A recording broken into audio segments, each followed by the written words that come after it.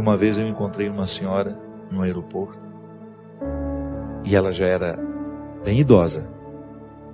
Ela estava acompanhada do filho e ela tocou no meu ombro assim e com muita serenidade ela me disse: outro dia eu ouvindo um programa que o senhor estava fazendo, eu identifiquei um defeito em mim que passou a minha vida inteira me acorrentando, mas eu não fui capaz de perceber. Aos 92 anos, que é a idade que eu tenho hoje, ela me disse, eu pude perceber o quanto eu fui prisioneira desse defeito. Eu não sei quanto tempo me resta, Padre Fábio, mas eu sei que naquele dia, a reflexão que o senhor fazia iluminou a minha consciência de um jeito que é como se eu tivesse arrancado ele com a mão. E eu não me permiti mais viver conforme as regras daquele defeito. Sabe quando você percebe que você participou do processo do outro? Quantas vezes eu me percebo vivendo sobre as regras dos meus defeitos? Porque quando eu passo a viver sobre as regras das minhas qualidades, eu fico mais leve para o outro, eu fico mais feliz, eu fico naturalmente mais interessante. O primeiro movimento que nós vivemos da conversão é a satisfação de ser quem a gente é. Que às vezes a gente fica pensando que a nossa conversão é para agradar a Deus, para. Deus fica feliz à medida que nós estamos. Então quando eu quero corrigir um defeito meu, e para isso a igreja nos ensina a dinâmica dos sacrifícios, né? Porque um ser humano que vive adaptado aos seus defeitos, um ser humano que vive sob as regras dos seus defeitos, ele é insuportável. Ele é difícil no trabalho, ele é difícil dentro da família, ele é difícil nas relações amorosas que ele vai viver. Por quê?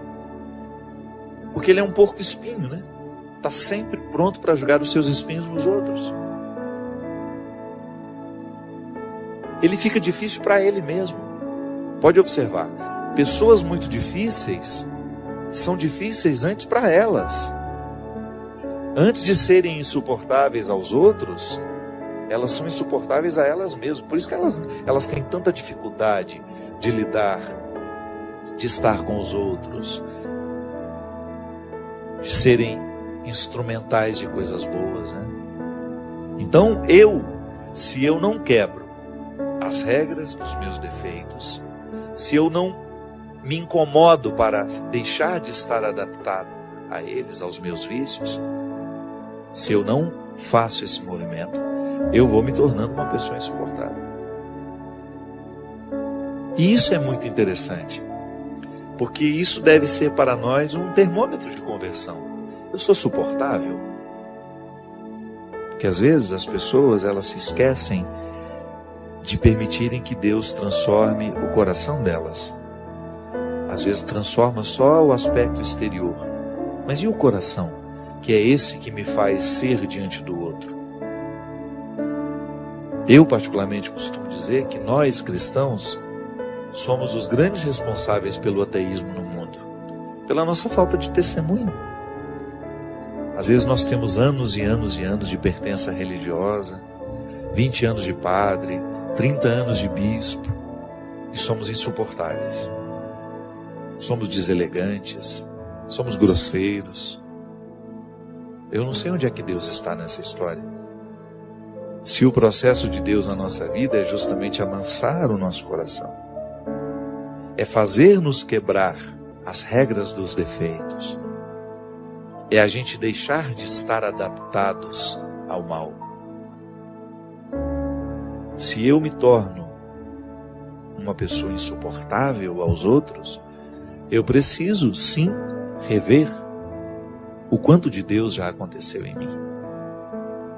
Que conversão é essa que não me torna uma pessoa mais leve para os outros?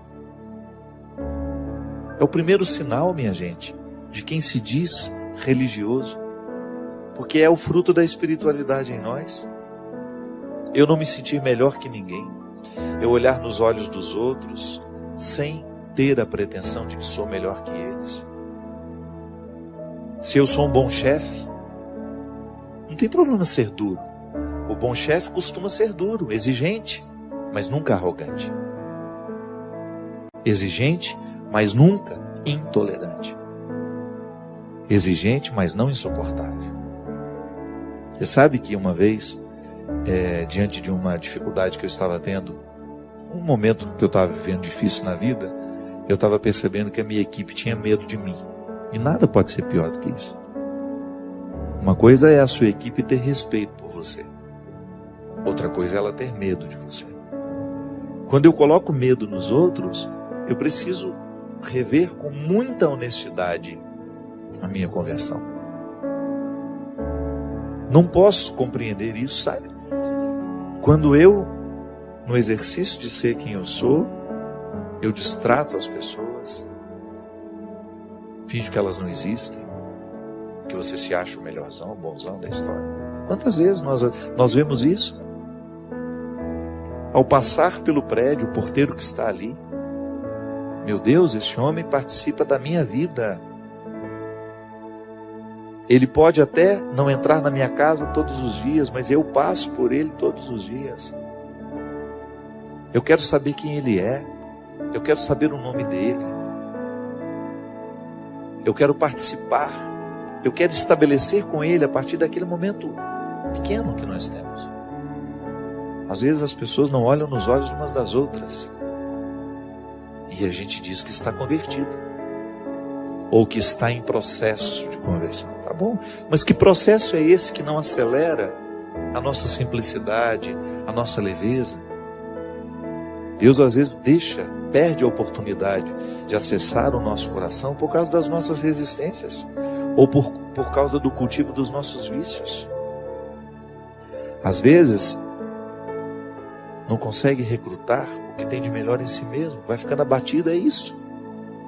Todos nós, se não cuidarmos, nós vamos perdendo o referencial da realidade, do que de fato nós precisamos fazer. Para quê? Fazer para alcançar o melhor de nós. Eu quebrar as regras dos defeitos, para eu começar a viver sobre as regras das virtudes. Eu ter a sensibilidade, a simplicidade de identificar os meus excessos, aquilo que me torna uma pessoa difícil, e começar a trabalhar. Quanto mais cedo eu começo a trabalhar isso, maior é o benefício, porque é bom a gente viver a conversão. A gente fica mais agradável, a gente fica mais feliz. E esse é o primeiro benefício da conversão. Eu quero mudar aquilo que em mim é insuportável, para mim e para os outros. Primeiro, porque eu mereço essa transformação. Segundo, porque os outros merecem. E eu estando na dinâmica deste merecimento, os outros também estando, Deus está. Porque Deus se alegra muito quando um filho reconhece o que nele ainda é empecilho para a sua realização.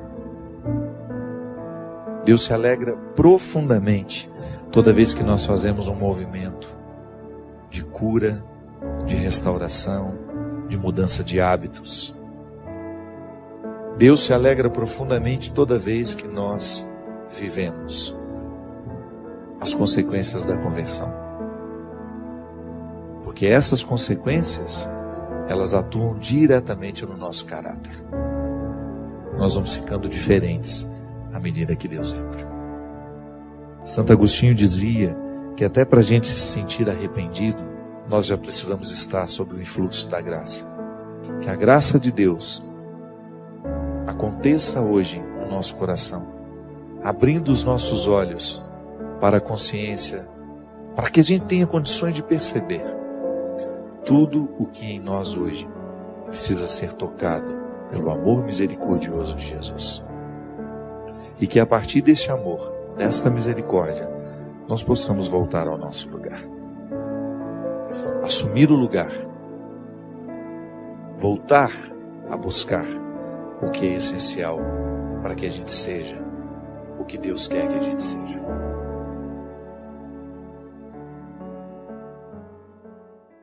Motivação cristã. A Deus toda glória e louvor.